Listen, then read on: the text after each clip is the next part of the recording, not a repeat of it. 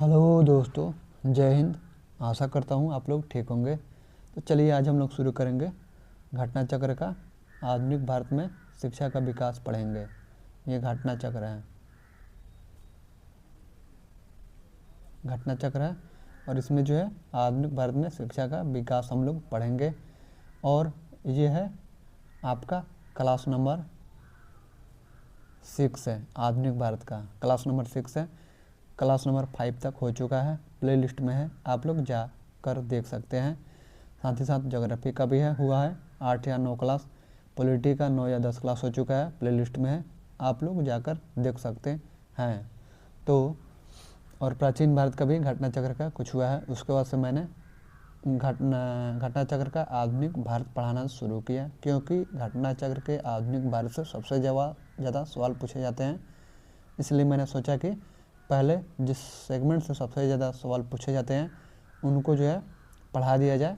उसके बाद फिर से प्राचीन भारत में जो बचा है उसको पढ़ाया जाएगा। उसके बाद मध्यकालीन भारत। तो करीब करीब यूट्यूब पर बाकी लोग जो है निपटा देते हैं, 10 घंटे में निपटा देते हैं। 10 घंटे में कभी नहीं होगा। ये किताब करीब करीब 840 या 42 पेज के ऊपर है, समझ गए। और निपटाइएगा तो 10 घंटा भी नहीं होगा। तो पता नहीं कैसे निपटा देते हैं, मेरी समझ में नहीं आता है। और मैं पढ़ा रहा हूँ तो करीब करीब 100 घंटा से ज़्यादा लगेगा। जहाँ तक मैं तोड़ कर अभी नहीं पढ़ा रहा हूँ तब 100 घंटे से ज़्यादा लगेगा। अगर तोड़ कर पढ़ाना शुरू किया तो करीब करीब 250 घंटे लग जाएंगे पूरा घटना चक्र को पढ़ाने में। 250 घंटा। कोई भी व्यक्ति ईमानदारी से अगर तोड़ के एक एक शब्द को तोड़कर एक एक शब्द को समझाते हुए, फिगर जहाँ बनाते हुए, फिगर तो इसमें नहीं है लेकिन समझाते हुए बताते हुए और चले तो 250 घंटे लग जाएंगे पूरा कराने में, रियलिटी ईमानदारी से। लेकिन पता नहीं 10 घंटे के कैसे कराते हैं। 10 घंटे का करा देंगे, मान लीजिए कि 10 घंटे में 1 मैराथन, 2 मैराथन, 3 मैराथन, 30 घंटा, तब भी नहीं होगा पूरा ये घटना चक्र। तो जैसे तैसे पढ़ा देते हैं और निकल लेते हैं।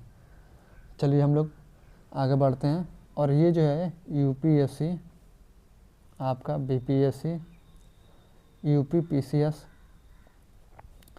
बीपीएससी टियरी, आपका जो है टियरी 4 आने वाला है, या जो भी आने वाले एग्ज़ाम्स है उसके लिए बहुत ही ज़्यादा महत्वपूर्ण है।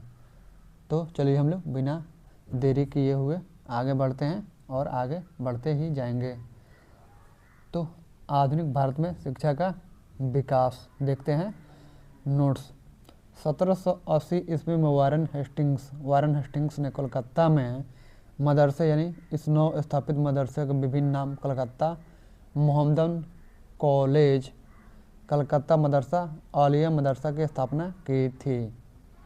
यहाँ पर जो है इस लाइन को मैंने पढ़ दिया, इसको बाद अब समझाओ, तोड़ को समझाओ तो 250 घंटे लग जाएंगे। और सामने जो अभी बीपीएससी का एग्ज़ाम का पोस्टपोन्ड हुआ है, तो ऐसा थोड़ा ना कि नहीं आएगा, 1-1.5 महीने में वो भी होगा। उसको यूपीपीसीएस का एग्ज़ाम है। तो इसलिए मैं चाहता हूँ कि जो है जो लोग मतलब तैयारी कर चुके होंगे स्टैंडर्ड्स बुक से और एनसीईआरटी से, उनके लिए जो है यहाँ पर तोड़ कर पढ़ाने की आवश्यकता नहीं है और समय भी नहीं है। तो इसलिए मैं जो है, और दूसरी बात नए स्टूडेंट्स के लिए नहीं है, जो अभी अभी तैयारी करना शुरू किए हैं उनके लिए घटना चक्र नहीं है। पहले उनको स्टैंडर्ड बुक्स पढ़िए, बढ़िया से ध्यान से नोट्स बनाइए, एनसीईआरटी पढ़िए, नोट्स बढ़िया से बनाइए, थोड़ा याद कीजिए फैक्ट को, कंसेप्ट जानिए, कंसेप्ट अपना अच्छा कीजिए। उसके बाद ठीक है सेट लगाइए, उसके बाद से घटना चक्र पर आइए। तो ये उन लोगों के लिए नहीं है जो नए स्टूडेंट्स हैं, ये उन लोगों के लिए है जो सब कुछ कर चुके हैं, उनके लिए है, समझ गए। तो इसलिए मैं यहाँ पर जो है सामने एग्ज़ाम है, इसको ध्यान में रखते हुए मैं जो है पूरा करूँगा, ताकि एग्ज़ाम्स के पहले हो जाए ये पूरा आधुनिक भारत। चलिए आगे बढ़ते हैं। इसके प्रथम प्रमुख नाजिम मुल्ला मुजुद्दीन, कुछ सूरतों में मुइजुद्दीन नाम भी मिलता है या थे।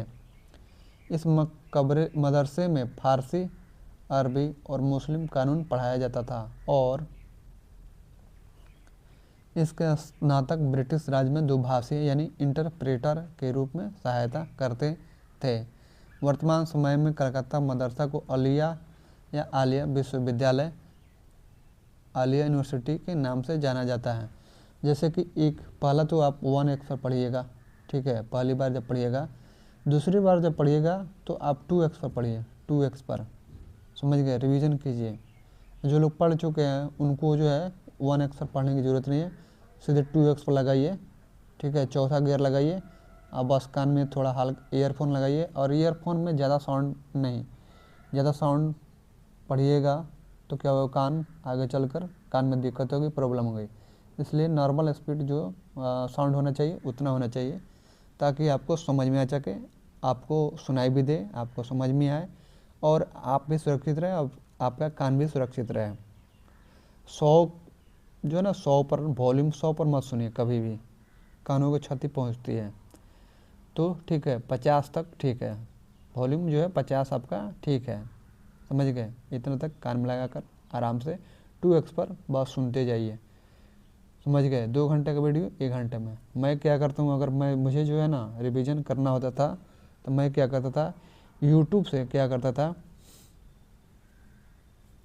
यूट्यूब से क्या करता था उसको शेयर वाला पर क्लिक करके वही जो कॉपी पेस्ट नहीं होता है उसको कर लेता था, और करके सीधे Y2 मेट गूगल पर सर्च करता था, Y2 मेट सर्च करता था गूगल पर, और गूगल पर सर्च करने जब ये आता था तो उसमें जो पेस्ट करने वाला होता था तो वो लिंक को पेस्ट कर देता था, उसके बाद आ जाता था, उसके बाद लोड कर लेता था वहाँ से, ठीक है। और लोड करने के बाद जो एडिटिंग करने वाली जो भी है, जैसे InShot है, जैसे काइनमास्टर है, जैसे वीडियो गुरु है, कैपकट है, तो जहाँ पर जो वीडियो एडिटिंग किया जाता है वहाँ पर आकर मैं क्या करता था कि 2.3 पर, 2.4 पर या 2.5 तक के स्पीड से, जैसे 2.5 के स्पीड तक जो है मैं रिवीजन करता था, और समझ गए।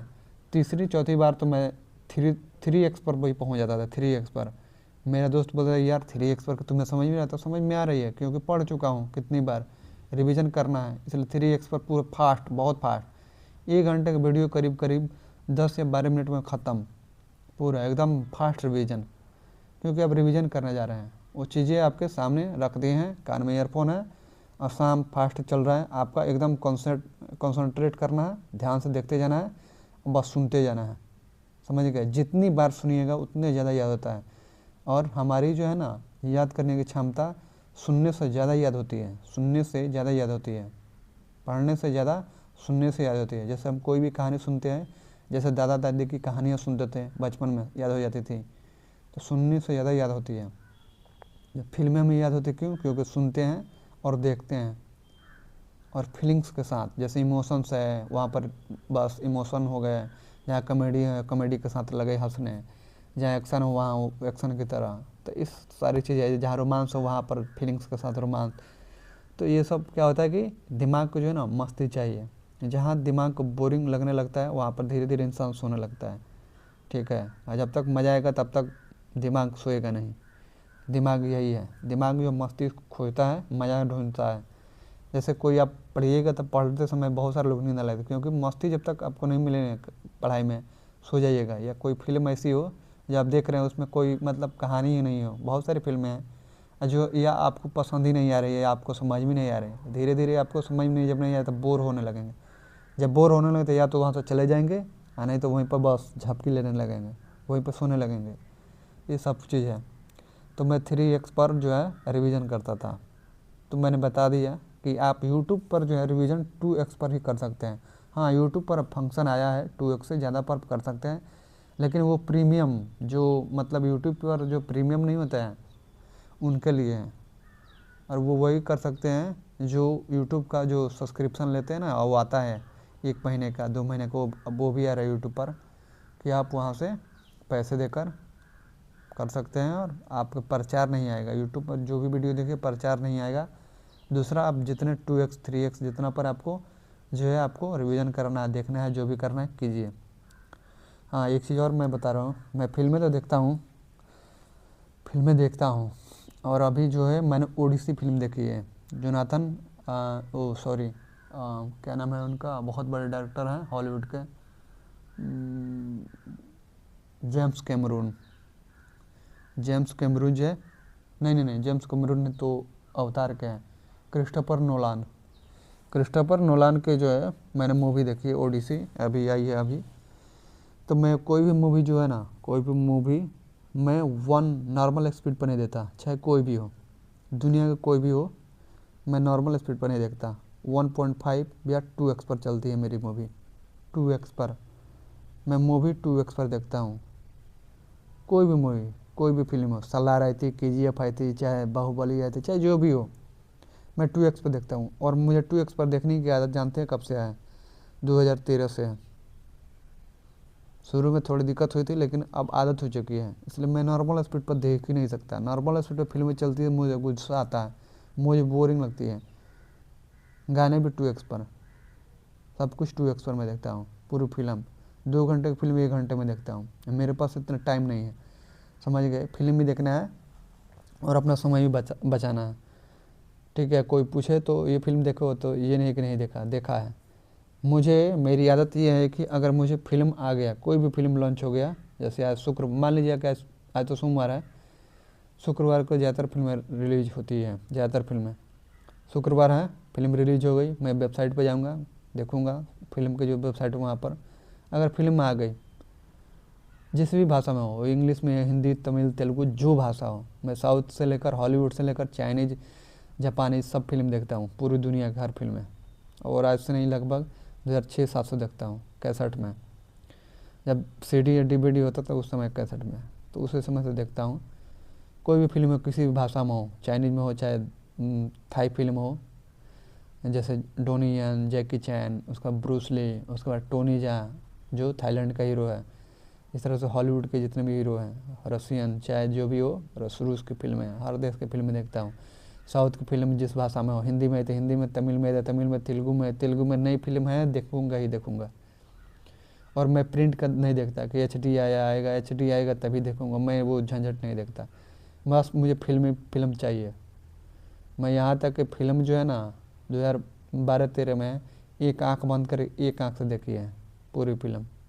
छोटा सा मोबाइल था, उसी स्क्रीन, ठीक है, वो भी MP4 में लोड करता था, वो भी स्पष्ट नहीं होता, उतना HD में नहीं होता था, तो एक आँख से ऐसे बंद करके एक आँख से फिल्म देखता है। मेरे दोस्त पागल है कि एक आँख से बंद करके कैसे देखता है, तो उस लेवल का, क्योंकि मेरे पास टाइम नहीं है। आपको देखना भी है, अगर फिल्में देखने का आपको शौक़ है तो वो भी देखिए, लेकिन इतना टाइम मत इतने कीजिए कि 2 घंटा बैठ कर मैं देखूँ, वो सब नहीं, समझ गए?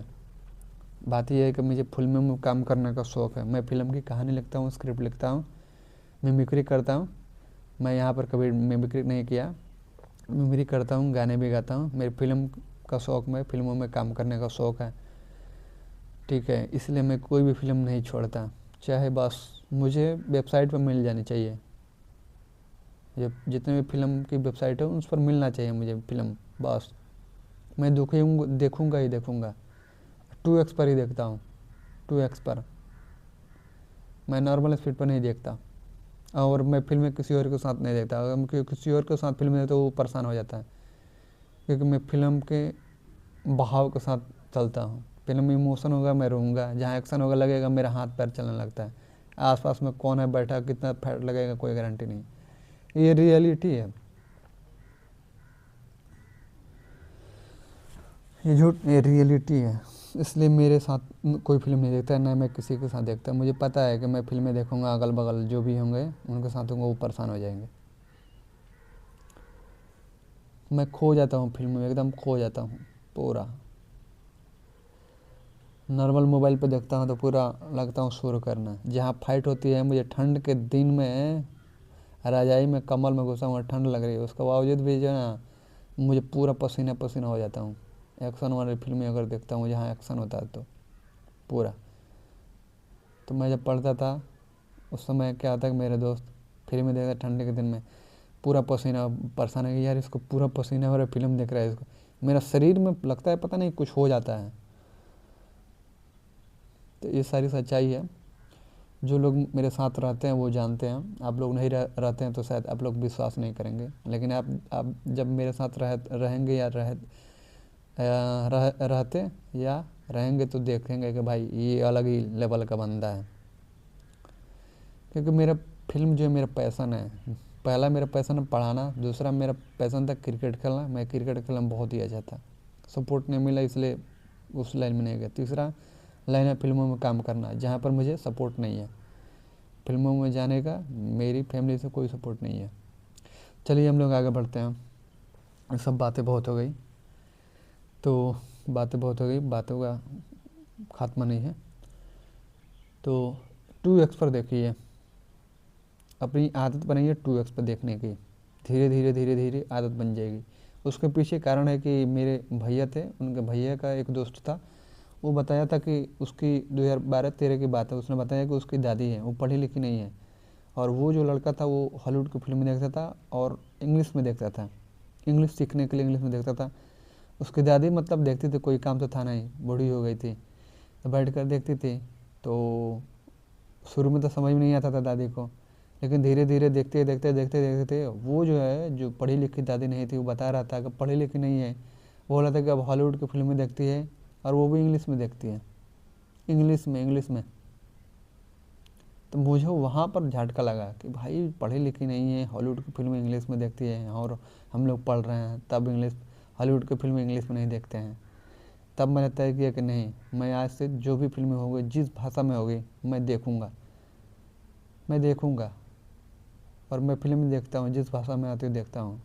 मैं चाइनीज़ फिल्म में चाइनीज़ भाषा में देखता हूँ। मेरे दोस्तों सब परेशान हो जाता है कि इसको क्या समझना है, समझ में आ रहा है, क्योंकि उसी समय से मैंने तय किया और तब से देख रहा हूँ। इतने साल हो गए, देखते देखते देखते सारी चीज़ें समझ में आने लगती हैं। हाँ, बोल नहीं सकते हैं आप चाइनीज़ भाषा, लेकिन समझ में आ जाएगी क्या कह रहा है, क्या कहना चाहता है, समझ गए। तो ये सारी चीज़ें हैं। तो कोशिश ये कीजिए कि आप जो है 2x पर समय अपने बचत कीजिए। कोई व्यक्ति 1x पर देख रहा है और 1x पर रिवीजन कर रहा है, या कोई 2x पर रिवीजन कर रहा है, 2 घंटे की वीडियो ये 2 घंटे में देखेगा, और आप 2x पर क्या है, 2 घंटे की वीडियो 1 घंटे में देख लिया, अगला फिर दूसरा चैप्टर देख लेंगे। इसलिए जो है जितने भी कंपटीशन की तैयारी कर रहे हैं उनसे आप जो आपकी सोच अलग होनी चाहिए, समझ गए। 24 घंटा उनके पास भी है,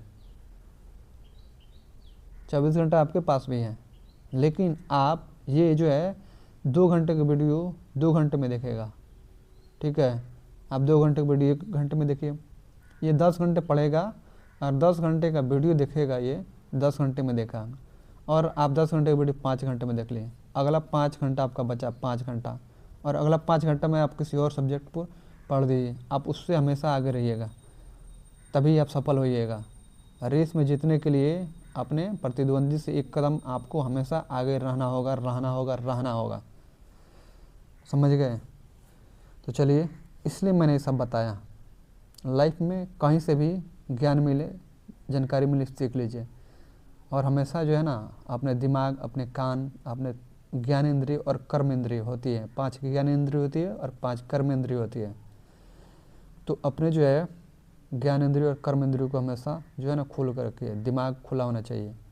स्वामी विवेकानंद बोले थे कि दिमाग का हमेशा खुला होना चाहिए, कान आपके पूरा खुला होना चाहिए, आपके आँखें मतलब होने चाहिए, ठीक है। तो इस तरह से सीखने की कोशिश कीजिए। कोई ज़रूरी नहीं कि किसी बड़े आदमी से सीखे, छोटा बच्चा भी सिखा देता है। पशु पक्षी पेड़ पौधे दुनिया का हर एक एक सेकंड, एक एक पल आपको सिखाता है। आप सीखना चाहे तो, नहीं सीखना चाहेंगे तो आप कहीं से भी नहीं सीखेंगे। इसलिए सीखने की कोशिश कीजिए। ऑब्जर्वेशन, जितना ज़्यादा ऑब्जर्व कीजिएगा ना, उतना ज़्यादा जो है ना आप सीखिएगा। गोविंदा की फिल्में आप बता रहा था, मैं देख रहा था, तो वो बोला कि कुछ डायलॉग्स हैं, आपने कहाँ से गए थे, कि मैंने ऑब्जर्व किया था, मैं गया था एक दिन एक पार्टी में, तो वहाँ पर एक आदमी मिला, तो वो ऐसे ही कर रहा था, मैंने वहीं से ऑब्जर्व किया। चाहे राजू श्रीवास्तव, वो भी बोलते हैं कि मैं ऑब्जर्व करता हूँ, लोगों को देखता हूँ। चाहे जॉनी लीवर हैं, ऑब्जर्व करते हैं। तो आप दुनिया को ऑब्जर्व कीजिए, कौन क्या कर रहा है, क्या नहीं कर रहा है, एक एक चीज़ को ध्यान दीजिएगा ना, तो बहुत सारी चीज़ें सीखने की कोशिश कीजिए। मुझे सीखना है, कोई ज़रूरी नहीं कि सिर्फ किताबों से सीखिएगा, ठीक है। किसी महान व्यक्ति ने कहा था कि आप स्कूल से सिर्फ 30% सीखते हैं, स्कूल से सिर्फ 30% सीखते हैं, सिर्फ 30%। 70% जो है ना आप अपने जीवन में स्कूल के बाहर सीखते हैं, 70% स्कूल के बाहर। तो इसलिए अपने ध्यान को, अपनी फोकस को हमेशा खुले रखिए, ठीक है, और सीखने की कोशिश कीजिए कि सीखना है, जानना है, चाहे जिससे भी मुझे ज्ञान मिल जाए, जानकारी मिल जाए। जानकारी कोई भी ख़राब नहीं होती है, बस उसका इस्तेमाल करने का जो है आपको तरीका पता होना चाहिए, सही समय पर, सही जगह पर, हर चीज़ का। चलिए हम लोग आगे बढ़ते हैं। तो ये जो है जिसका उद्देश्य हिंदुओं के धर्म, साहित्य और कानून का अध्ययन करना था। पेरिस के एशियाटिक सोसाइटी, फ्रांसीसी नाम द सोसाइटी एशियाटिक में ने राजा राम मोहन राय के अनुवादों की सराहना करते हुए 1824 ईस्वी में उन्हें मानद सदस्यता के लिए चुना। वारन हेस्टिंग्स के काल में चार्ल्स विल्किंसन ने भगवत गीता का प्रथम आंग्ल अनुवाद किया। देखिए लॉर्ड, आगे बताएंगे, चलिए आया था कुछ चीज़ें जिसकी प्रस्तावना स्वयं वारन हेस्टिंग्स ने लिखी। विल्किंसन ने फारसी तथा बांग्ला मुद्रण के लिए ढलाई के अक्षरों को विकसित करने में महत्वपूर्ण भूमिका निभाई। हॉल हेड ने 1778 ईस्वी में बंगाली व्याकरण या grammar of the Bengal language प्रकाशित किया। Sir William Jones Warren Hastings के समय कलकत्ता स्थित फोर्ट विलियम में उच्चतम न्यायालय के न्यायाधीश नियुक्त हुए। सर विलियम जोन्स की प्रेरणा पर कलकत्ता में 1784 ईस्वी में एशियाटिक सोसाइटी की स्थापना हुई एवं वे स्वयं इसके सभापति निर्वाचित हुए। इस संस्था ने एशियाटिक रिसर्चेज नामक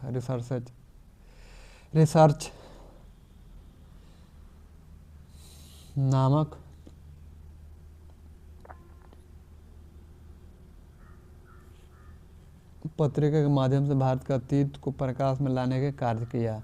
इसी क्रम में इन्होंने 1789 ईस्वी में कालिदास रचित अभिज्ञान शाकुंतलम का अंग्रेजी में अनुवाद किया एवं इसके कई संस्करण पुनर्मुद्रण बाद के वर्षों में प्रकाशित हुए।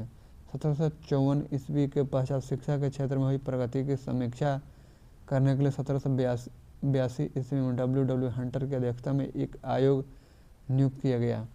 इस आयोग की रिपोर्ट में प्राथमिक शिक्षा के सुधार एवं विकास पर विशेष जोर दिया गया था। राष्ट्रीय शिक्षा के क्षेत्र में सर्वप्रथम 8 नवंबर 1905 को रंगपुर नेशनल स्कूल की स्थापना हुई। 16 नवंबर 1905 में कोलकाता में एक सम्मेलन का आयोजन किया गया। इस सम्मेलन में राष्ट्रीय साहित्यिक, वैज्ञानिक और तकनीकी शिक्षा देने के लिए राष्ट्रीय शिक्षा परिषद नेशनल काउंसिल ऑफ एजुकेशन स्थापित करने का संकल्प लिया गया। 11 मार्च 1906 को राष्ट्रीय शिक्षा परिषद की स्थापना की गई। राष्ट्रीय शिक्षा परिषद के पहले शैक्षणिक संस्थान बंगाल नेशनल कॉलेज, अन्य नाम Bengal national college and school, का उद्घाटन 14 अगस्त 1906 को किया गया था। 15 अगस्त 1906 को इस कॉलेज की कक्षाएं प्रारंभ हुई। बंगाल नेशनल कॉलेज के पहले प्रधानाचार्य जो है अरविंदो घोष और अधीक्षक जो है सुपरिटेंडेंट सतीश चंद्र मुखर्जी थे। 1813 ईस्वी के चार्टर अधिनियम के तहत प्रति वर्ष शिक्षा के लिए 1 लाख रुपये खर्च करने की व्यवस्था की गई थी। सैंडलर आयोग, आधिकारिक नाम कलकत्ता विश्वविद्यालय आयोग, शिक्षा से संबंधित था। वर्ष 1917 में सरकार ने कलकत्ता विश्वविद्यालय की संभावनाओं के अध्ययन तथा रिपोर्ट के लिए एक आयोग नियुक्त किया। Doctor M.E. सैंडलर जो लीड्स विश्वविद्यालय के कुलपति थे, इसके अध्यक्ष नियुक्त किए गए। इस आयोग के सदस्यों में से 2 भारतीय, डॉक्टर आशुतोष मुखर्जी और डॉक्टर जियाउद्दीन अहमद भी थे। इस आयोग को कलकत्ता विश्वविद्यालय की शिक्षा पर अपनी रिपोर्ट देने को कहा गया था। इस आयोग का यह विचार था कि यदि विश्वविद्यालय शिक्षा का सुधार करना है तो प्राथमिक माध्यमिक शिक्षा का सुधार आवश्यक है। भारतीय शिक्षा पद्धति में भाषा संबंधी विवाद पर अपने विवरण देने के लिए विलियम बेंटिक ने अपनी काउंसिल के विधि सदस्य लॉर्ड मैकाले को 1834 में लोक शिक्षा के सम्मान समिति यानी general committee of public instruction का प्रमुख नियुक्त किया। ये जो मैकाले था, इसने कहा था कि मतलब ब्रिटेन के अलमारी, एक अलमारी के जितनी पुस्तकें हैं ना, में जितना ज्ञान है उतना ज्ञान भारत के पूरे भारत में जितनी भी किताबें उसमें नहीं है। इस गधे को से पूछा जाए कि जब इतना था ही ज्ञान तुम लोगों के पास, तो ये जितना भी भागवत गीता से लेकर जितने भी किताबों का तुमने अनुवाद किया है, क्यों किया है? जब तुम्हारे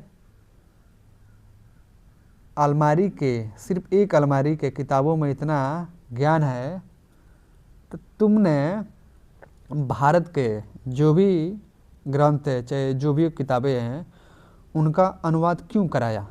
भारतीय तो तुम्हारे किताबों का अनुवाद करने के लिए नहीं गए थे उस समय। भारतीय उस समय इन अंग्रेजों की किताबों का किए हैं अनुवाद? नहीं किए हैं। कोई फर्क नहीं पड़ता हम भारतीयों को। पूछ दिया जाए इन लोगों से क्यों किया था? हम तो नहीं किए थे, हम भारतीय लोग तो नहीं किए थे आपके किताबों का अनुवाद। जब इतना ज्ञान ही था तो आप लोगों ने हमारे ज्ञान का अनुवाद करके हिंदी हो, संस्कृत हो, जो भी भाषा है उसको इंग्लिश में ट्रांसलेट किया। क्यों किया? क्यों किया?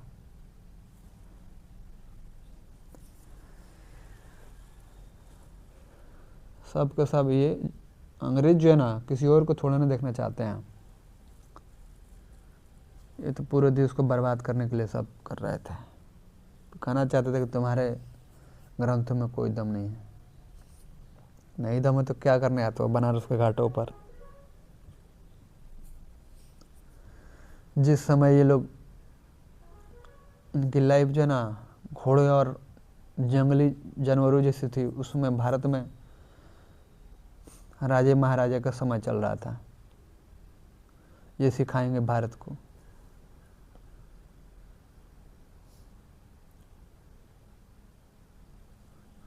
जिस समय खाना बोदस वाले जिंदगी जी रहे थे, उस समय भारत में राजे महाराजा का समय चल रहा था। दुनिया का पहला गणतंत्र वैशाली में था। ये सिखाएंगे भारत को। ये अंग्रेज जो है ना बहुत बड़े हरामी थे। मैकाले ने भारत में शिक्षा हेतु अंग्रेजी भाषा का समर्थन किया था। भारत का औपनिवेशिक काल में अधोमुखी निस्यंदन सिद्धांत इतना ही अच्छा था तो इस देश की मूर्तियाँ अमेरिका में क्यों है? इस देश के हे कोहिनूर हीरा अमेरिका ब्रिटेन में क्यों है? इस देश के बहुत सारी मूर्तियाँ, तांबे से लेकर पता नहीं किस किस तरह की मूर्तियाँ इन लोगों के देश में है। अमेरिका में थी, ऑस्ट्रेलिया में थी, पता नहीं किन किन देशों में थी। इन लोगों का तो सामान हमारे देश में नहीं है। इन लोगों का देश का मूर्ति तो हमारे देश में नहीं है।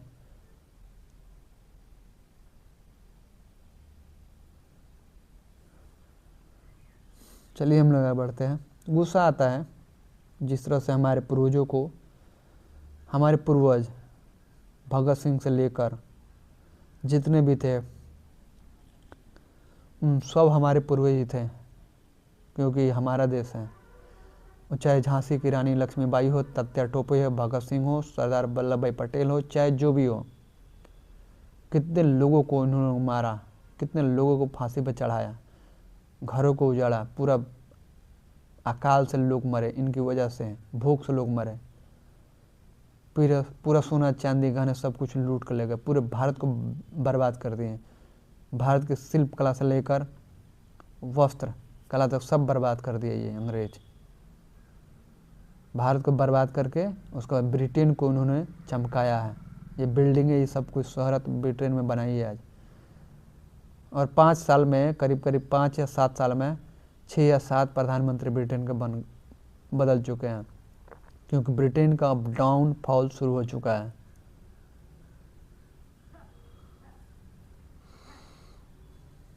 होना भी चाहिए। तुम लोगों ने हमें लूट कर जो साम्राज्य बनाए हो ना, वो ज़्यादा दिन नहीं चलेगा। कर्माई बैक।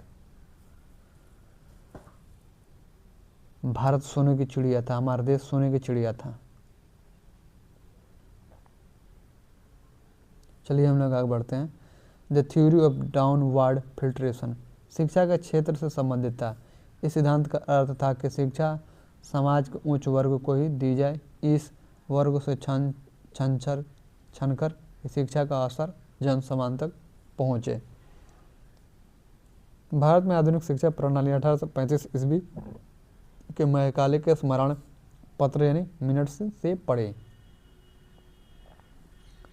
मैकाले ने भारतीय रीति रिवाजों के लिए अपना तिरस्कार इन शब्दों में व्यक्त किया। यूरोप के एक अच्छे पुस्तकालय की, देखिए ये कह रहा है, यूरोप के एक अच्छे पुस्तकालय की एक अलमारी का एक कक्ष भारत और अरब के समस्त साहित्य से अधिक मूल्यवान है। अच्छा मूल्यवान है ही तो, हम लोग तो नहीं गए थे तुम्हारे किताबों का।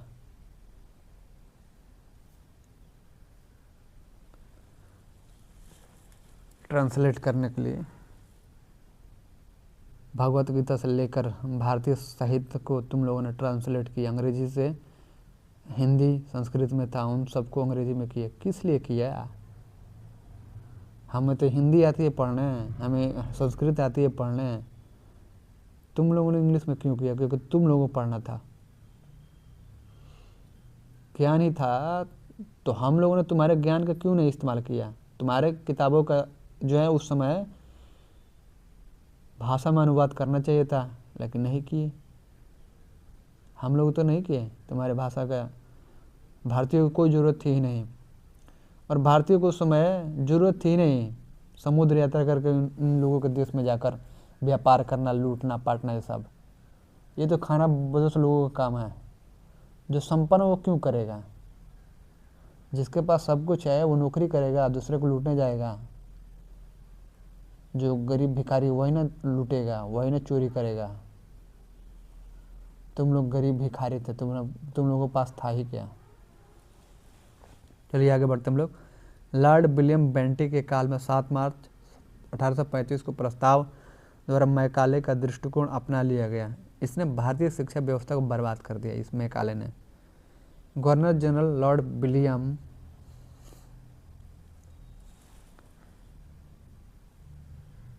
कैवेंडिश बेंटिक 1828 से 35 ईस्वी के शासन काल में 7 मार्च 1835 को लॉर्ड मैकाले के स्मरण पत्र मिनट को स्वीकृत कर भारत में अंग्रेजी को उच्च शिक्षा का माध्यम मान लिया गया। भारत में अंग्रेजी शिक्षा का मैग्ना कार्टा कहे जाने वाले 1854 के चार्ल्स वुड डिस्पैच को आधार बनाकर लंदन विश्वविद्यालय की तर्ज पर ब्रिटिश भारत को 3 विश्वविद्यालय कलकत्ता, मद्रास एवं बम्बई की स्थापना 1857 ईस्वी में की थी। डी.के. कर्वे के प्रयत्नों से पुणे में प्रथम महिला विश्वविद्यालय की स्थापना वर्ष 1916 ईस्वी में हुई। वर्ष 1936 तक विश्वविद्यालय मुंबई में स्थानांतरित हो गई। कर्वे जो है महाराष्ट्र के समाज सुधारक एवं सामाजिक कार्यकर्ता थे। इन्होंने विधवाओं के उत्थान के लिए विधवा विवाह प्रतिबंध निवारक मंडली की भी स्थापना की थी। 1896 ईस्वी में उन्होंने पुणे में Hindu window home association DK. Curve ने अपनी पुस्तक लुकिंग बैक में इस संघ को अनाथ बालिका आश्रम के नाम से संबोधित किया है की स्थापना की थी। उन्होंने स्वयं एक ब्राह्मणी विधवा से विवाह किया था। वर्ष 1858 में इन्हें जो है भारत रत्न प्रदान किया गया। वी.के. चिप लुणकर ने लोकमान्य तिलक एवं एम.बी. नामजोशी के साथ मिलकर 1880 ईस्वी में न्यू इंग्लिश स्कूल की स्थापना की तथा 24 अक्टूबर 1884 डेक्कन एजुकेशन सोसाइटी औपचारिक रूप से गठित की गई और न्यू इंग्लिश स्कूल को इसके डेक्कन एजुकेशनल सोसाइटी प्रबंधन के अधीन कर दिया गया। इस संस्था के संस्थापकों में V K. Chiplunkar, B G. Tilak, Gopal Ganesh Agarkar व एम.बी. नामजोशी प्रमुख थे। राजा राम मोहन राय जो है आधुनिक शिक्षा के सबसे प्रारंभिक प्रचारकों में से एक थे। 1817 ईस्वी में इन्होंने डेविड वेयर एवं राधाकांत देव के साथ मिलकर कलकत्ता में प्रसिद्ध हिंदू कॉलेज की स्थापना की थी। मेयो कॉलेज की स्थापना 1875 ईस्वी में अजमेर में मुस्लिम एंग्लो ओरिएंटल कॉलेज की स्थापना 1875 ईस्वी में अलीगढ़ में एवं दिल्ली कॉलेज की स्थापना 1825 ईस्वी में हुई थी। भारतीय विश्वविद्यालयों में धार्मिक शिक्षा के लिए मदन मोहन मालवीय ने प्रबल रूप से वकालत की थी। इन्होंने वर्ष 1916 में बनारस हिंदू विश्वविद्यालय की स्थापना की और वर्ष 1919 से 1939 तक BHU की आधिकारिक साइट पर ही कुलपति के रूप में मदन मोहन मालवीय के कार्यकाल की 2 भिन्न अवधि दी गई है, वर्ष 1919 से 1939 तक तथा वर्ष 1919 से 1938 तक इसके कुलपति बने रहे। इन्होंने Hindustan, the Indian union, Abhyudaya तथा मर्यादा नामक समाचार पत्र और पत्रिकाएं प्रकाशित की। प्रश्न कोश पहला, भारत में अंग्रेजों ने प्रथम मदरसा कहाँ स्थापित किया था? डी, कलकत्ता में। 1780 ईस्वी में वारन हेस्टिंग्स ने कलकत्ता में मदरसा की स्थापना की थी।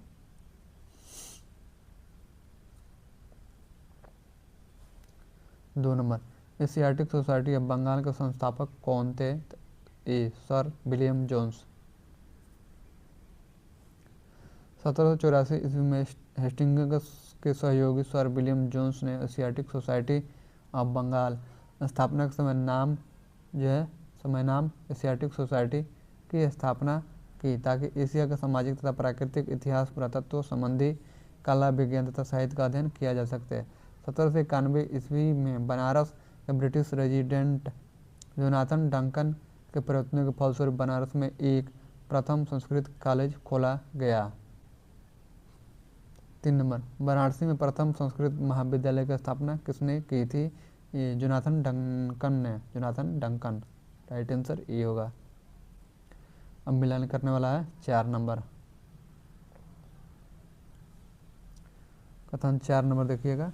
4 नंबर क्वेश्चन, कथन ए, बंगाल में एशियाटिक सोसाइटी की स्थापना वारन हेस्टिंग्स के काल में हुई थी और उन्होंने सर विलियम जोन्स के पक्ष में उक्त विद्वत संस्था के अध्यक्षता का प्रस्ताव अस्वीकार कर दिया था। कारण आर, वारन हेस्टिंग्स स्वयं एक उद्भट विद्वान तथा प्राच्य विद्या का प्रखर समर्थक था जो संस्कृत, फारसी व अरबी के अध्ययन को प्रोत्साहित करता था। नीचे दिए गए कोटों में सही उत्तर चुनिए। तो सही उत्तर चुनना है तो आपका ए भी सही है और आर भी सही है, समझ गए। किंतु जो है आर जो है कथन ए की सही व्याख्या नहीं है। आर जो है सही व्याख्या नहीं करता है, इसलिए राइट आंसर बी होगा।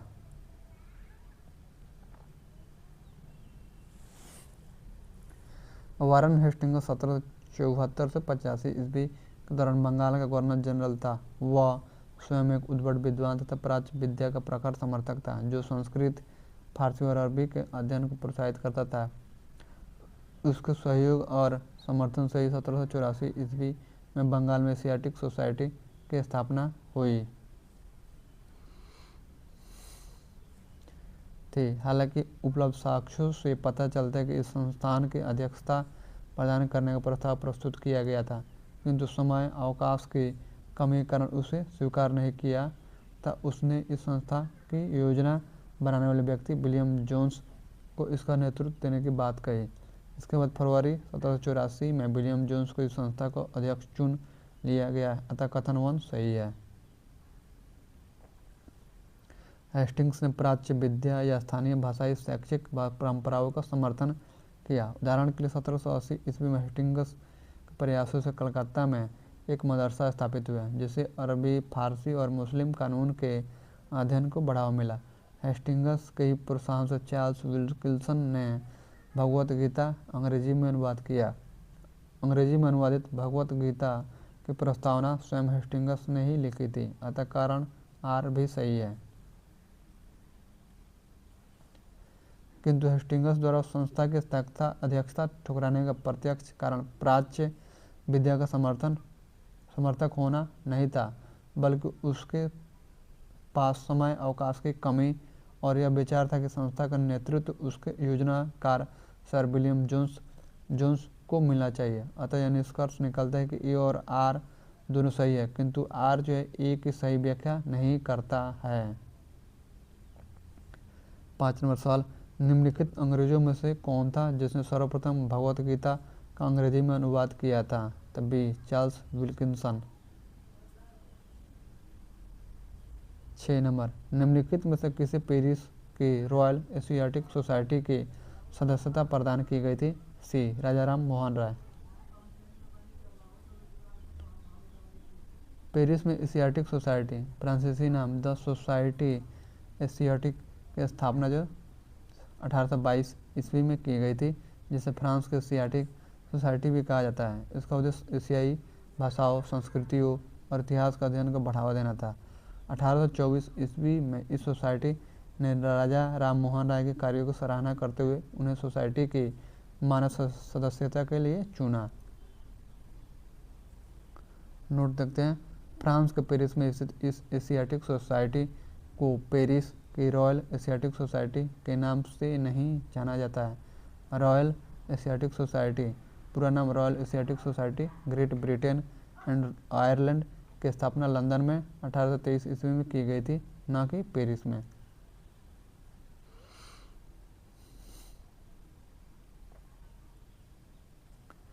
सात नंबर, निम्नलिखित में से किसने कालिदास की प्रसिद्ध रचना शकुंतला का पहली बार अंग्रेजी में अनुवाद किया था? डी सर विलियम जोन्स ने। Sir William Jones Warren Hastings के समय कलकत्ता स्थित फोर्ट विलियम में उच्चतम न्यायालय के न्यायाधीश नियुक्त हुए। इनकी प्रेरणा पर 1784 ईस्वी में कोलकाता में एशियाटिक सोसाइटी की स्थापना हुई एवं यह स्वयं इसके सभापति नियुक्त हुए।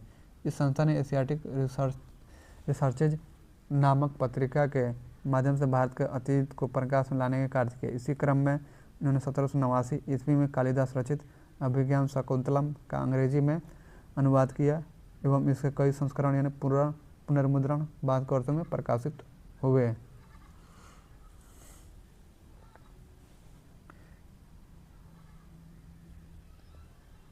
8 नंबर, स्वतंत्रता पूर्व अवधि में ब्रिटिश सरकार द्वारा भारत में आधुनिक शिक्षा के प्रसार का मुख्य उद्देश्य था। ए छोटे प्रशासनिक पदों पर नियुक्ति हेतु शिक्षित भारतीयों की आवश्यकता।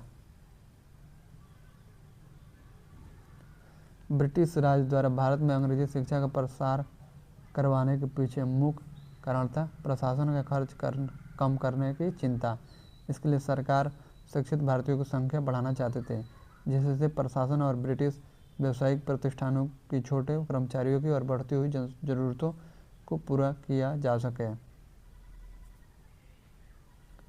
9 नंबर, ब्रिटिश सरकार के किस अधिनियम ने सबसे पहली बार भारत में शिक्षा के लिए 1 लाख रुपये दिए थे? तब भी चार्टर अधिनियम 1813। 1813 के चार्टर अधिनियम के तहत कंपनी ने पहली बार शिक्षा के प्रति सरकारी उत्तरदायित्व उठाया। प्रति वर्ष शिक्षा के लिए 1 लाख रुपये खर्च करने की व्यवस्था इस अधिनियम ने की थी। अगला सवाल देखिए, वुड डिस्पैच के बारे में निम्नलिखित में से कौन सा कथन सत्य है? पहला, सहायता अनुदान व्यवस्था यानी ग्रांट्स इन एड शुरू की गई। दूसरा, विश्वविद्यालयों की स्थापना की सिफारिश की गई। तीसरा, शिक्षा के सभी स्तर पर शिक्षण माध्यम के रूप में अंग्रेजी की सिफारिश की गई। नीचे दिए गए कूट का प्रयोग कर सही उत्तर चुनिए। तो सही उत्तर जो है 1 और आपका 2 सही होगा, 3 नंबर गलत होगा, इसलिए राइट आंसर ये होगा। केवल 1 और 2 सही है। 1854 ईस्वी में ईस्ट इंडिया कंपनी के लंदन स्थित कोर्ट ऑफ डायरेक्टर्स ने भारतीय गवर्नर जनरल को शिक्षा के विषय में एक नोट भेजा। इसके प्रत्युत्तर कंपनी के बोर्ड ऑफ कंट्रोल नियंत्रक मंडल के अध्यक्ष चार्ल्स वुड द्वारा जुलाई 1854 को नीति पत्र जारी किया गया, जिसे वुड डिस्पैच या वुड का नीति पत्र या घोषणा पत्र कहा जाता है। यह इस घोषणा पत्र को भारत में अंग्रेजी शिक्षा का मैग्ना कार्टा भी कहा जाता है। प्रस्ताव में सरकार ने पाश्चात्य शिक्षा के प्रसार को अपना उद्देश्य बनाया। उच्च शिक्षा को अंग्रेजी भाषा के माध्यम से दिए जाने पर बल दिया गया, परंतु साथ ही देसी भाषा के विकास को भी महत्व दिया गया। इस घोषणा पत्र के अनुसार लंदन विश्वविद्यालय के आधार पर कलकत्ता, बम्बई और मद्रास प्रेसिडेंसी में एक विश्वविद्यालय की स्थापना की व्यवस्था की बात की गई। इसमें इस बात पर बल दिया गया कि सरकारी शिक्षण संस्थानों में दी जाने वाली शिक्षा धर्मनिरपेक्ष हो। शिक्षा के क्षेत्र में निजी प्रयत्नों को प्रोत्साहित करने के लिए अनुदान सहायता ग्रांट इन एड की पद्धति चलाने की सिफारिश भी इसमें की गई। 11 नंबर, चार्ल्स वुड का आदेश पत्र निम्नलिखित में किससे संबंधित था? ए, शिक्षा से।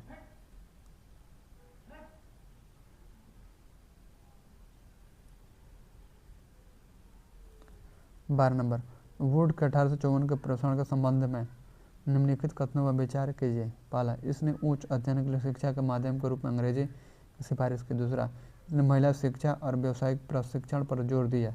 उपयुक्त में से कौन सा कथन सही है? सी, 1 और 2 दोनों सही है। 1 और 2 दोनों सही है। चार्ल्स वुड के घोषणा पत्र में उच्च शिक्षा को अंग्रेजी भाषा के माध्यम से दिए जाने पर बल दिया गया, परंतु साथ ही इसमें विदेशी भाषा के विकास पर भी जोर दिया गया। इस डिस्पैच में महिला शिक्षा और व्यावसायिक प्रशिक्षण की आवश्यकता पर भी बल दिया गया था। अतः कथन 1 और 2 दोनों सही है।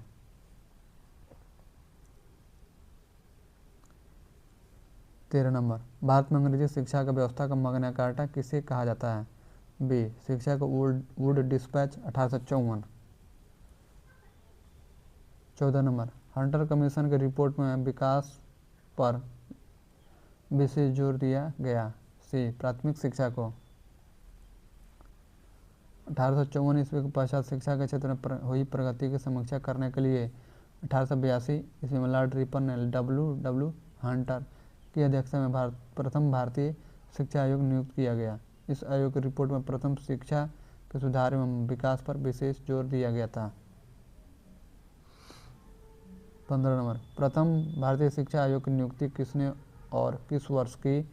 ए, लॉर्ड रिपन ने वर्ष 1882 में। 16 number, national council of education की स्थापना कब हुई? तो डी, 15 अगस्त 1906 में। आधिकारिक अभिलेखों और प्रमाणिक ऐतिहासिक दस्तावेजों के आधार पर यह सुनिश्चित होता है कि बंगाल में राष्ट्रीय शिक्षा परिषद यानी नेशनल काउंसिल ऑफ एजुकेशन की स्थापना की सही तिथि 11 मार्च 1906 है, न कि 15 अगस्त 1906। 11 मार्च 1906 को कलकत्ता में एक सार्वजनिक सम्मेलन के दौरान पारित प्रस्ताव द्वारा राष्ट्रीय शिक्षा परिषद का गठन किया गया। विकल्प में दिया गया 15 अगस्त 1906 वह समय है जब राष्ट्रीय शिक्षा परिषद के तत्वाधान में पहला राष्ट्रीय कॉलेज यानी बंगाल नेशनल कॉलेज या Bengal national college and school खोला गया था। नोट, राष्ट्रीय शिक्षा परिषद के पहले शैक्षणिक संस्थान बंगाल नेशनल कॉलेज अन्ना Bengal national college and school का उद्घाटन 14 अगस्त 1906 को किया गया।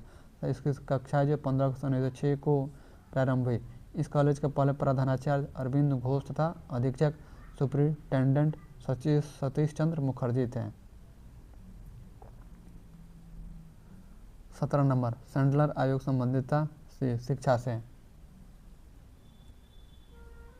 सैंडलर आयोग जो पूरा नाम कलकत्ता विश्वविद्यालय आयोग शिक्षा से संबंधित था। वर्ष 1917 में ब्रिटिश सरकार ने कलकत्ता विश्वविद्यालय की संभावनाओं के अध्ययन तथा रिपोर्ट के लिए एक आयोग नियुक्त किया। Doctor M.E. सैंडलर जो लीड्स विश्वविद्यालय कुलपति थे इसके अध्यक्ष नियुक्त किए गए। इस आयोग का यह विचार था कि यदि विश्वविद्यालय शिक्षा को सुधार करना है तो माध्यमिक शिक्षा का सुधार आवश्यक है। इसने वर्ष 1904 के विश्वविद्यालय अधिनियम की कड़ी निंदा की और यह भी बताया कि इससे कॉलेज तथा विश्वविद्यालय शिक्षा का ठीक समन्वय नहीं हो सकता है। 18 नंबर, शिक्षा में सुधार हेतु ब्रिटिश सरकार ने सैंडलर विश्वविद्यालय आयोग कब नियुक्त किया? तभी 1917 में। 19 नंबर, 1902 ईस्वी में लॉर्ड कर्जन ने 2 भारतीय सदस्यों को सम्मिलित करते हुए एक विश्वविद्यालय आयोग गठित किया। वे कौन थे? तो आपका डी, सईद हुसैन बिलग्रामी और न्यायमूर्ति गुरुदास बनर्जी।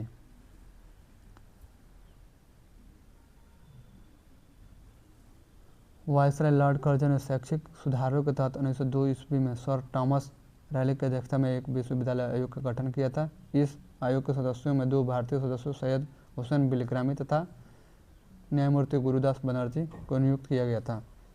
इस आयोग द्वारा दिए गए सुझावों के आधार पर भारतीय विश्वविद्यालय अधिनियम 1904 पारित किया गया था। 20 नंबर, शिक्षा की सार्जेंट योजना कब आरंभ की गई? तो भी 1944 में।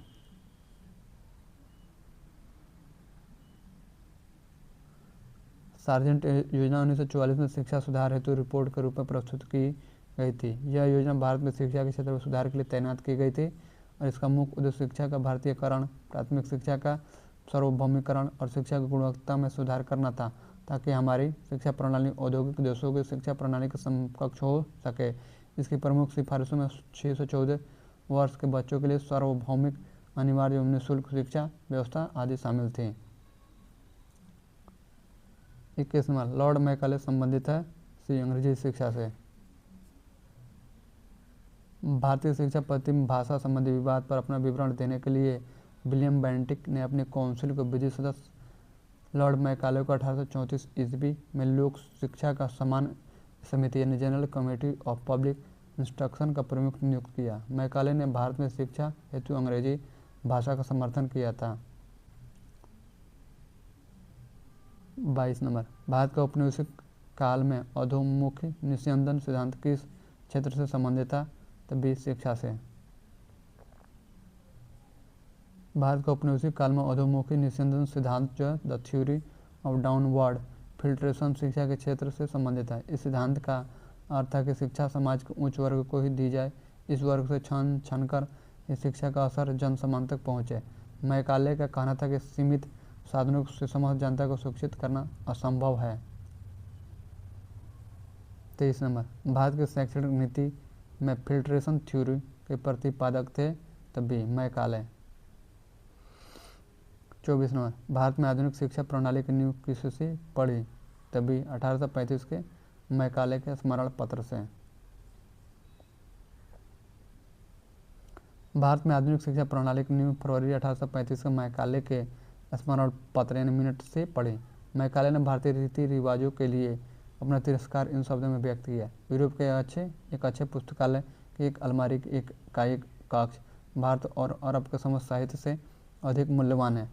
लॉर्ड विलियम बेंटिक के काल में 7 मार्च 1835 को एक प्रस्ताव द्वारा मैकाले का दृष्टिकोण अपना लिया गया।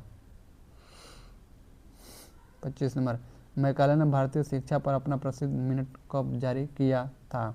सी 2 फरवरी 1835 को। भारत में शिक्षा के माध्यम को लेकर छिड़े प्राच्य पश्चात विवादों को दूर करने के लिए लॉर्ड विलियम बेंटिक ने अपने काउंसिल के विधि सदस्य मैकाले को 1834 ईस्वी में लोक शिक्षा के समान समिति general committee of public instruction का प्रधान नियुक्त किया और उनसे 1813 ईस्वी के चार्टर एक्ट की शिक्षा संबंधी धारा की व्याख्या करने को कहा। 2 फरवरी 1835 को मैकाले ने अपना विवरण प्रस्तुत किया, जिसे मैकाले मिनट के नाम से भी जाना जाता है, जिसमें भारतीय भाषा, साहित्य और संस्कृति की तीखी आलोचना की गई। मैकाले द्वारा प्रस्तुत विवरण मैकाले मिनट को तत्कालीन भारत के governor general Lord William Bentinck द्वारा 7 मार्च 1835 को स्वीकार कर लिया गया तथा भारत में उच्च शिक्षा का माध्यम अंग्रेजी को स्वीकार कर लिया गया।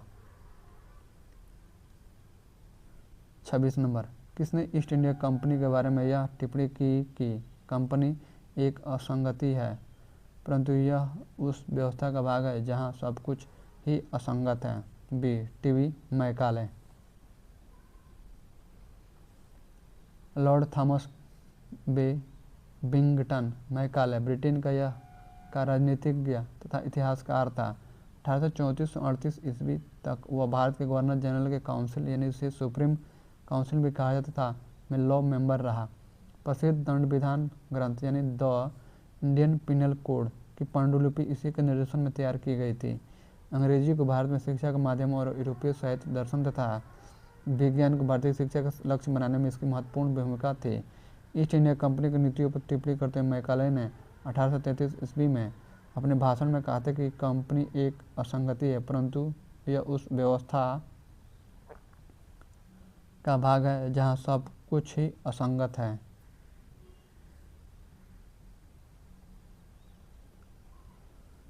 सत्ताईस नंबर, निम्नलिखित में से किससे या किन से भारत में अंग्रेजी शिक्षा का नींव पड़ी? पहला 1813 का चार्टर एक्ट, दूसरा general committee of public instruction 1823, तीसरा प्राच्य विद एवं आंग्लविद विवाद। नीचे दिए गए कोट का प्रयोग कर सही उत्तर चुनिए।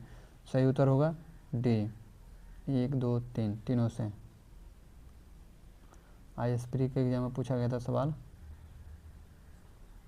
ईस्ट इंडिया कंपनी को ओरिएंटल शिक्षा की प्रचलित प्रणाली को हतोत्साहित किया तथा पश्चिमी शिक्षा और अंग्रेजी भाषा को बढ़ावा दिया।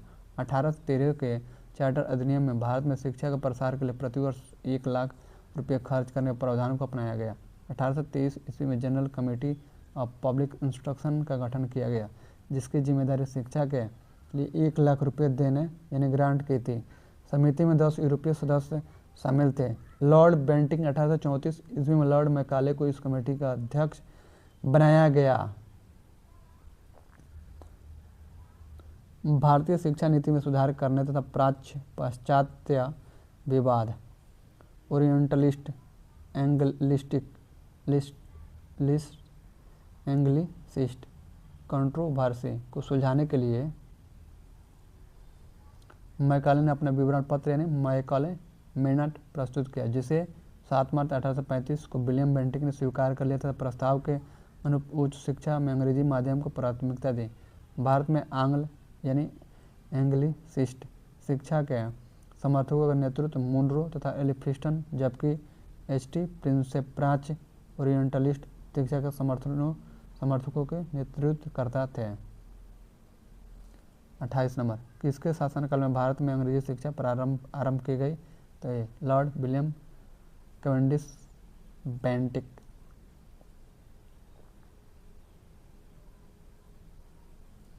29 नंबर, भारत में प्रथम 3 विश्वविद्यालय कलकत्ता, मद्रास, बम्बई की स्थापना किस वर्ष हुई? तो ये 1857 में। भारत में अंग्रेजी शिक्षा का मैग्ना कार्टा कहा जाने वाले 1854 ईस्वी के चार्ल्स वुड के डिस्पैच को आधार बनाकर लंदन विश्वविद्यालय की तर्ज पर ब्रिटिश भारत में 3 विश्वविद्यालय कलकत्ता, मद्रास और बम्बई की स्थापना 1857 ईस्वी में की गई थी। 30 नंबर, किसके सतत प्रयत्नों से बम्बई में प्रथम महिला विश्वविद्यालय की स्थापना हुई? तभी DK कर्वे।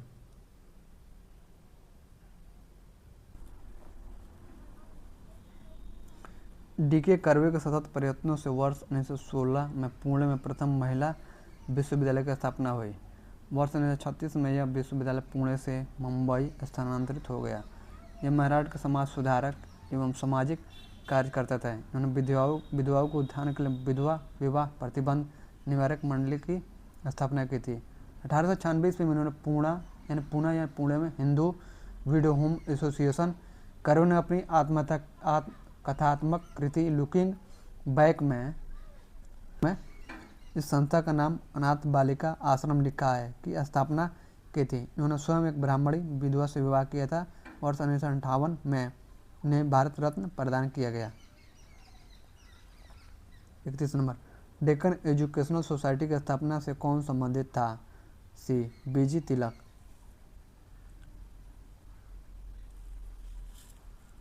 शिक्षा को सस्ती व सुगम बनाने हेतु VK चिपलूणकर ने लोकमान्य तिलक और MB नामजोशी साथ मिलकर पुणे में न्यू इंग्लिश की स्थापना की थी। आगे चलकर गोपाल गणेश आगरकर और बाल गंगाधर तिलक आदि ने मिलकर 24 अक्टूबर 1884 डेक्कन एजुकेशनल सोसाइटी की स्थापना की तथा न्यू इंग्लिश स्कूल को उसके प्रबंधन के अधीन कर दिया गया। डेक्कन एजुकेशनल सोसाइटी से जुड़े प्रमुख नेताओं में शामिल थे BK Chiplunkar, Mahadev Govind Ranade, MB Namjoshi, BS Apte, VB Kelkar, MS गोले और NK धाराप।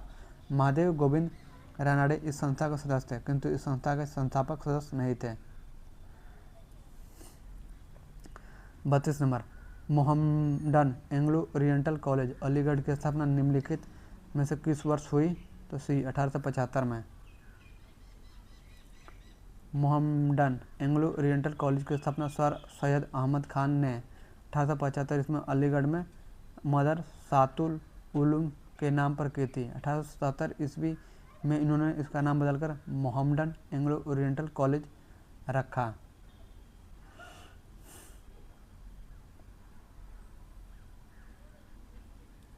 आगे चलकर 1920 ईस्वी में इस कॉलेज का नाम बदलकर अलीगढ़ मुस्लिम विश्वविद्यालय कर दिया गया, चूँकि मदरसातुल उलूम 1877 ईस्वी में इसका नामकरण मोहम्मडन एंग्लो ओरिएंटल कॉलेज की स्थापना 1875 ईस्वी में हुई थी, इसलिए मोहम्मडन एंग्लो ओरिएंटल कॉलेज का स्थापना वर्ष भी 1875 ही माना जाता है। 33 नंबर MAO कॉलेज अलीगढ़ के प्रधानाचार्य का नाम बताइए जिसने 19वीं सदी के अंतिम दशकों में मुस्लिम सांप्रदायिकतावाद को बढ़ावा दिया था। तो D Theodore Beck. MAO college Mohammedan Anglo Oriental college Aligarh की स्थापना सर सैयद अहमद खान ने की थी। 19वीं सदी के अंतिम दशकों में यहाँ जो मुस्लिम अलगाववादी प्रवृत्तियाँ उभरी उन्हें प्रोत्साहित करने वाले व्यक्तियों में MAO कॉलेज अलीगढ़ के प्रधानाचार्य थियोडोर बेक प्रमुख रहे। 34 नंबर निम्नलिखित कॉलेजों में सर्वप्रथम किसकी स्थापना हुई थी? हिंदू कॉलेज कलकत्ता।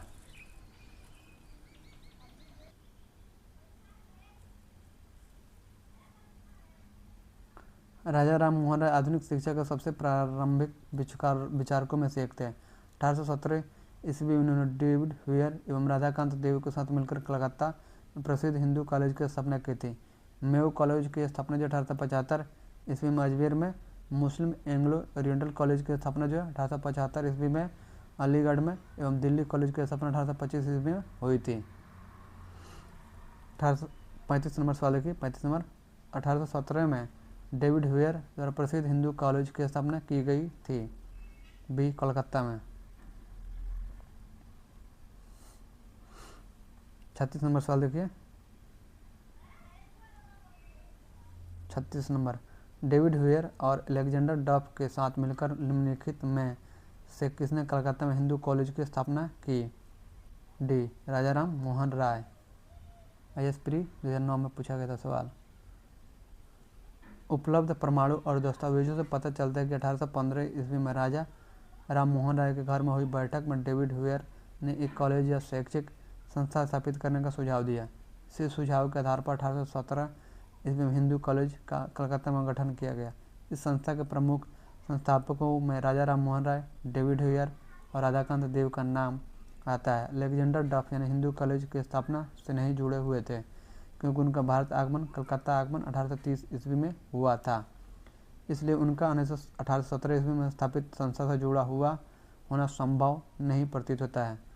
अतः संघ लोक सेवा आयोग द्वारा पूछे गए प्रश्न की जो है प्रकृति ही क्या है? प्रकृति ही गलत है। 37 नंबर सवाल देखिए। अलीगढ़ आंदोलन का शुरुआती लक्ष्य क्या था?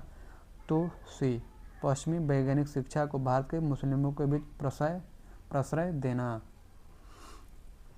अलीगढ़ आंदोलन 1857 की क्रांति के बाद 19वीं शताब्दी के उत्तरार्ध में अलीगढ़ को केंद्र बनाकर प्रारंभ हुआ था। अलीगढ़ आंदोलन की शुरुआत सर सैयद अहमद खान द्वारा की गई थी। इस आंदोलन का प्रमुख उद्देश्य मुस्लिम समुदाय में पश्चिमी शिक्षा शैली को बढ़ावा देना था। इसके आंदोलनकारियों का मानना था कि मुस्लिम समुदाय का सामाजिक जीवन पश्चिमी वैज्ञानिक ज्ञान और शैली को अपनाकर बेहतर किया जा सकता है।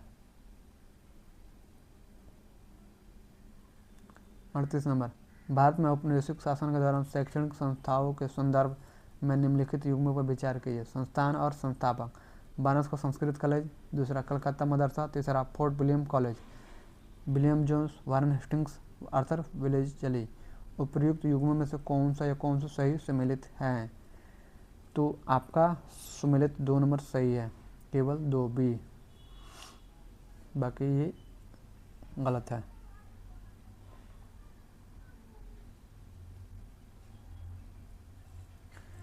युग्मों का सही सम्मिलन इस प्रकार है। पहला बनारस का संस्कृत कॉलेज जोनाथन डंकन 1791 ईस्वी। 2 कलकत्ता मदरसा वारन हेस्टिंग्स 1780 ईस्वी। तीसरा Fort William college Lord Richard Colley Wellesley 1800 ईस्वी। आर्थर विलेजली बंगाल के गवर्नर जनरल लॉर्ड विलेजली यानी रिचर्ड कोली विलेजली का छोटा भाई और ब्रिटिश सैन्य नेता था। इसने नेपोलियन के विरुद्ध प्रसिद्ध वाटरलू के युद्ध में भाग लिया था। अतः विकल्प भी सही उत्तर होगा। 39 नंबर विलेजली ने कलकत्ता में फोर्ट विलियम कॉलेज की स्थापना किस लिए की थी? तो डी वह ब्रिटिश नागरिकों को भारत में प्रशासन हेतु प्रशिक्षित करना चाहता था। कलकत्ता में ईस्ट इंडिया कंपनी के तत्कालीन गवर्नर जनरल वेलेस्ली द्वारा 1800 ईस्वी में फोर्ट विलियम की स्थापना की गई थी। ध्यातव्य कि फोर्ट विलियम कॉलेज के गठन से संबंधित कानूनी प्रशासनिक विनियम 10 जुलाई 1800 को स्वीकृत हुआ, जबकि कॉलेज की औपचारिक स्थापना 4 मई 1800 को की गई थी। इस कॉलेज की स्थापना का मुख्य उद्देश्य ब्रिटिश सिविल सेवकों को भारतीय प्रशासन हेतु फारसी और हिंदुस्तानी भाषा की शिक्षा देना था। 40 नंबर, कलकत्ता में फोर्ट विलियम कॉलेज की स्थापना जय डी 1800 ईस्वी में सिविल सेवकों को भारतीय भाषाओं में प्रशिक्षित करने हेतु की गई थी। 41 number, fort William college Calcutta के संदर्भ में कौन सा या कौन से कथन सत्य है? पहला, इसकी स्थापना 10 जून 1800 को कलकत्ता के फोर्ट विलियम कॉम्प्लेक्स में हुई थी। दूसरा, इसकी स्थापना का मुख्य उद्देश्य ब्रिटिश अधिकारियों को भारतीय भाषाओं की शिक्षा देना था। नीचे दिए गए कोड का प्रयोग कर सही उत्तर चयन कीजिए। बी, केवल 2 सही है, 1 नंबर गलत है। 42 नंबर, निम्नलिखित में किसने भारतीय विश्वविद्यालय में धार्मिक शिक्षा के लिए प्रबल रूप से वकालत की थी? डी, मदन मोहन मालवीय। भारतीय विश्वविद्यालय में धार्मिक शिक्षा की प्रबल वकालत मदन मोहन मालवीय ने की थी। हिंदू विश्वविद्यालय की परिकल्पना करते हुए उन्होंने शिक्षा के साथ धर्म नीति और चरित्र निर्माण को जोड़ने पर बल दिया। वर्ष 1915 के बनारस हिंदू विश्वविद्यालय विधेयक पर बहस में मालवीय जी ने विश्वविद्यालय में धार्मिक शिक्षण के प्रावधान का समर्थन किया, जिसे उन्होंने नैतिक अनुशासन का आधार माना। 43 नंबर देखिए, बनारस का सेंट्रल हिंदू स्कूल जो बाद में बनारस हिंदू विश्वविद्यालय के रूप में विकसित हुआ, इसकी स्थापना किसने की? तो आपकी सी, एनी बेसेंट ने। सेंट्रल हिंदू स्कूल पूर्व नाम सेंट्रल हिंदू कॉलेज की स्थापना एनी बेसेंट द्वारा 7 जुलाई 1898 के बनारस वर्तमान नाम वाराणसी में की गई थी। यही संस्थान आगे चलकर बनारस हिंदू विश्वविद्यालय के विकास का केंद्र बना। वर्ष 1916 में एनी बेसेंट के सहयोग से मदन मोहन मालवीय के प्रयासों से बनारस हिंदू विश्वविद्यालय BHU की स्थापना हुई। वर्ष 1917 में इसे नवगठित विश्वविद्यालय द्वारा अनुरक्षित मेंटेन्ड कॉलेज माना गया। वर्तमान समय में यह संस्थान सेंट्रल हिंदू स्कूल BHU के एक घटक संस्थान के रूप में कार्य करता है।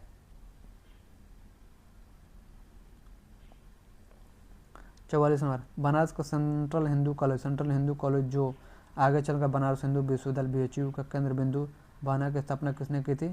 सी, एनी बेसेंट ने। 45 नंबर, बनारस हिंदू विश्वविद्यालय का शिलान्यास निम्न में से किसने किया था? तो सी, लॉर्ड हार्डिंग ने। बनारस हिंदू विश्वविद्यालय का शिलान्यास 4 फरवरी 1916 को तत्कालीन वायसराय लॉर्ड हार्डिंग द्वितीय द्वारा किया गया था। 46 नंबर देखिए, निम्नलिखित में किसे सर्वप्रथम केंद्रीय विश्वविद्यालय घोषित किया गया? तो सी, बनारस हिंदू विश्वविद्यालय वाराणसी। दिए गए केंद्रीय विश्वविद्यालय में से बनारस हिंदू विश्वविद्यालय वाराणसी को सबसे पहले केंद्रीय विश्वविद्यालय का दर्जा प्रदान किया गया था। इसकी स्थापना 1916 का श्री महामना मदन मोहन मालवीय जी को जाता है। अब हम लोग आगे पढ़ेंगे आधुनिक भारत में प्रेस का विकास। आधुनिक भारत में प्रेस का विकास पढ़ेंगे। चलिए।